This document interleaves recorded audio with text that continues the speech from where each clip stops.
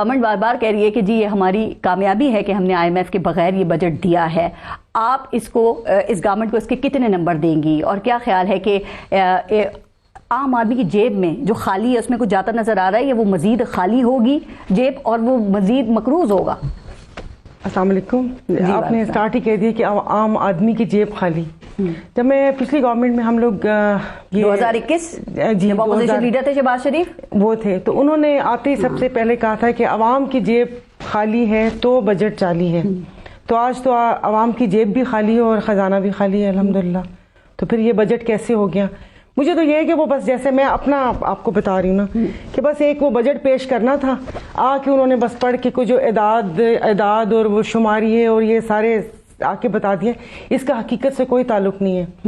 थोड़ा सा ही टाइम मिला, जितना पलंदा इन्होंने दिया है उसको तो हाथ भी नहीं लगाया। कैसे लाया जा रहा था? उसको तो लाने के लिए वो तो वो लग रहा था कि जैसे छुपा कर कोई न्यूक्लियर ला रहे हैं आके आवाम के ऊपर फेंकना है। लेकिन जो बुक्स हम लोगों को मुहैया किए, मेरे ख्याल में उसको कम से कम 3-4 माह चाहिए उसको पढ़ने के लिए। लेकिन गो के 3 माह के अंदर ही उसको खोलेंगे भी नहीं हम। वो इधर उधर से जो भी चला उसके ऊपर चला देंगे, क्योंकि अमूमन स्पीच एक ही होती है, वो आप किसी तरफ भी हो। तो ये नहीं है, क्योंकि देखिए ये डॉलर की जो परवाज है, ये क्या कहते हैं, ये कहते हैं 2098 में भी हमने मुल्क को बहरान से निकाला था, 2013 में भी निकाला था, हम अब भी इस मुल्क को बहरान से निकाल रहे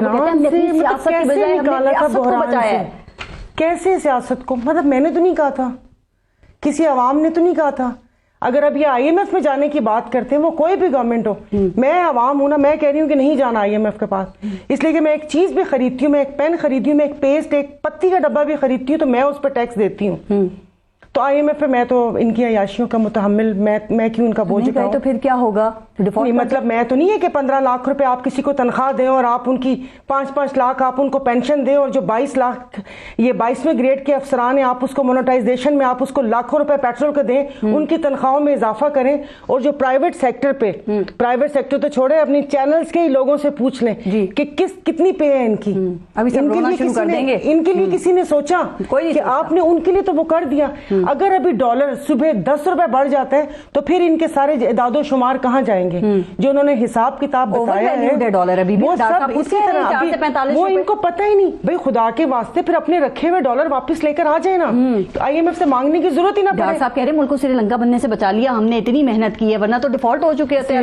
श्रीलंका में एजुकेशन का बजट देखा है? किसी भी आप अवामी बजट की बात करनी है तो आप उसमें हेल्थ के पैसे और एजुकेशन के पैसे देख लें, और उसके बाद डेवलपमेंट फंड देखें। हेल्थ एजुकेशन में पैसे हैं नहीं, सब्सिडी इन्होंने दी हुई है। जो कराची की के इलेक्ट्रिक या जितनी भी डिस्कोज हैं, आवाम का जीना मुहाल किया हुआ है। 18-18, 20-20 घंटे लाइट नहीं होती। ये कौन सी स्टोरी सुना रहे हैं? अभी पिछले दिनों वो था कि लोग वो जो पावर लूम्स हैं वो कोड़ियों के भाव, जैसे लोहे के भाव बेच रहे थे, सोशल मीडिया पर ही चली है। तो ये कौन सी वो स्टोरी ये सुना रहे हैं कि पाकिस्तान ट्रिलियंस ऑफ डॉलर के असासे हैं पाकिस्तान के पास। वो कहते हैं श्रीलंका के पास नहीं थे, इसलिए पाकिस्तान डिफॉल्ट नहीं होगा। कि मैं मर जाए लेकिन सलाम पेश करती हूँ कैसे शेख साहब को। मुझे ये सुनने में आया था कि शायद वो प्रोग्राम में होंगे। अभी उनका एक बहुत क्लिप वायरल हो रहा है, जो उन्होंने एक इंटरव्यू दिया है कि नेशनल बैंक का वो जो क्या होती है प्रेसिडेंट, वही नहीं इन्होंने वो किया हुआ। एक वो जो एक कमेटी है, वो खातून है, वही इनकी चेयरमैन, मेंबर भी पूरे नहीं है। और मैंने एक फाइनेंस कमेटी भी अटेंड की हुई है। वो तो जाहिर है वो इन कैमरा ब्रीफिंग थी, लेकिन उसमें एलसीसी का रोना था। लेकिन वो इतने की बात क्यों कर रहे हैं? एसेट्स की बात करने की नौबत क्यों आई है डॉक्टर साहब को? ये तो अब उनको वो पता होगा। पहले भी की थी, पहले भी अभी वो करके। और अगर अभी टैक्सेस की बात कर रहे हैं, भाई पहले आप आवाम की आमदन तो बढ़ा दें, ठीक है, फिर जितने मर्जी आप टैक्स ले लीजिएगा। बढ़ाई ना 30% सरकारी मुलाजमीन की सैलरी, सरकारी मुलाजमीन की 22वें ग्रेड की, बड़ा अच्छा इजाफा है।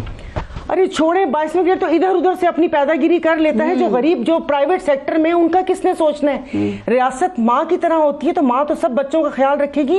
या तनख्वाहें सिर्फ सरकारी मुलाजमीन की बढ़नी है? उनको तो बाकी फिर भी थोड़ी सी मराद, थोड़ी सी, कि किसी को अगर पेट्रोल का भी 5000 मिल रहे हैं, जो प्राइवेट सेक्टर में काम कर रहे हैं, आप उनसे तो पूछे, उनका तो रोना सुन लें। आपके ये ख्यालात क्या अब्दुल हफीज शेख, शौकत तरीन और असद उमर के हवाले से भी ऐसे ही थे, या वो इनसे बेहतर थे, बेहतर काम कर रहे थे? जी उस वक्त भी अगर मैंने कोई इतना ज्यादा नहीं वो बोलना होता था, इसलिए कि जब बोलते थे अल्हम्दुलिल्लाह मीडिया ही कहता था कि शायद ये इत्तेहादी अपना भाव बढ़ा रहे हैं। लेकिन मेरे ख्यालात उस वक्त भी, क्योंकि देखिए अगर ये जाते ना पीछे कि ये पीछे ये हुआ था, हमने ये किया था, हमने ये किया, फिर तो आप जनरल मुशर्रफ उनको तो सलाम करती हूँ मैं कि उस ज़माने में 60 रुपए का डॉलर था, उसमें कर्जे भी ख़त्म हो गए थे।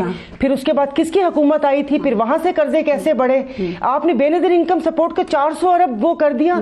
आप मुझे बताएं कि ना काम ना धंधा, बैठे मुफ्ते में 2700 रुपए ले रही हैं खवातीन, हुनर क्यों नहीं देते हम?